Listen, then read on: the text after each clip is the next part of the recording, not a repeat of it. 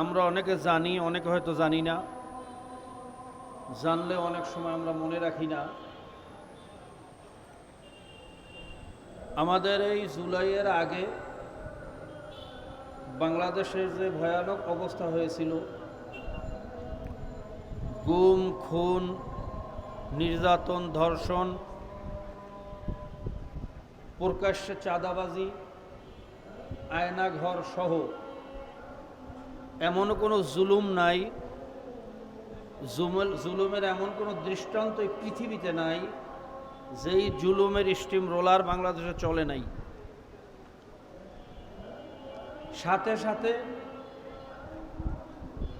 মীর জাফর, মীর কাজেম, উর্মিচাঁদ, করমচাঁদ, রায়দুল্লাহ বাবু, ঘসিটি বেগমের মতো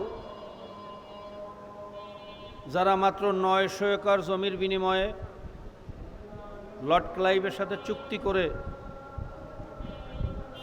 দেশকে ধ্বংস করেছিল,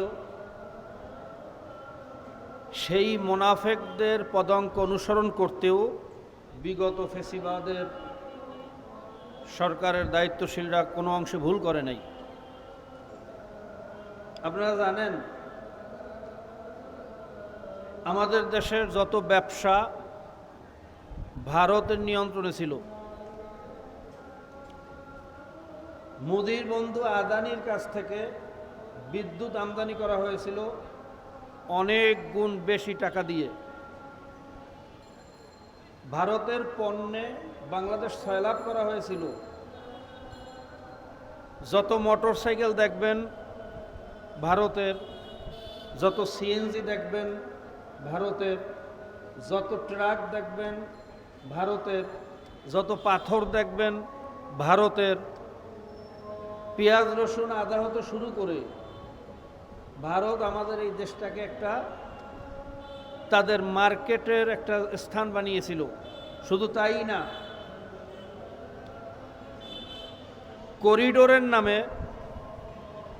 ভারতের গাড়ি প্রবেশের যে অধিকার দেওয়া হয়েছিল, বিশ্বের বিভিন্ন জায়গায় ট্রানজিট দেওয়া হয়, কিন্তু বিনা চুক্তিতে, বিনা শর্তে এইভাবে কাউকে করিডোর দেওয়া হয় না।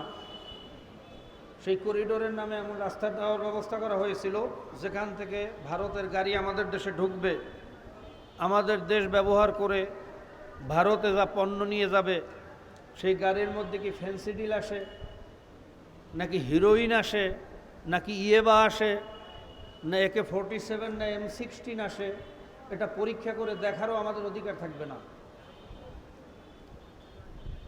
বঙ্গোপসাগর পোর্ট পরিপূর্ণ ভারতের নিয়ন্ত্রণে দেওয়া হয়েছিল, যেটা ছিল সবচেয়ে ভয়ঙ্কর। আমাদের দেশে যদি কোনো আগ্রাসীরা হামলা করে, চতুর্দিকে তো 3 দিকে ভারত, আমাদের সেফ এক্সিট হলো বঙ্গোপসাগর। সেই বঙ্গোপসাগর থেকেও আমরা যেন সেফ এক্সিটে যেতে না পারি, সে ব্যবস্থাও করা হয়েছিল। পুরা বঙ্গোপসাগর ভারতের নিয়ন্ত্রণে দেওয়া হয়েছিল। শুধু তাই না, DGFI সর্বোচ্চ গোয়েন্দা পরিষদ সংস্থা, যেই গোয়েন্দা সংস্থার মাধ্যমে দেশের অস্তিত্ব ঠিক থাকবে কি থাকবে না সেই প্রশ্ন নির্ভর করে, সেই DGFIর অফিসের 2টি ফ্লোর ভারতের রকে ব্যবহার করার জন্য দেওয়া হয়েছিল।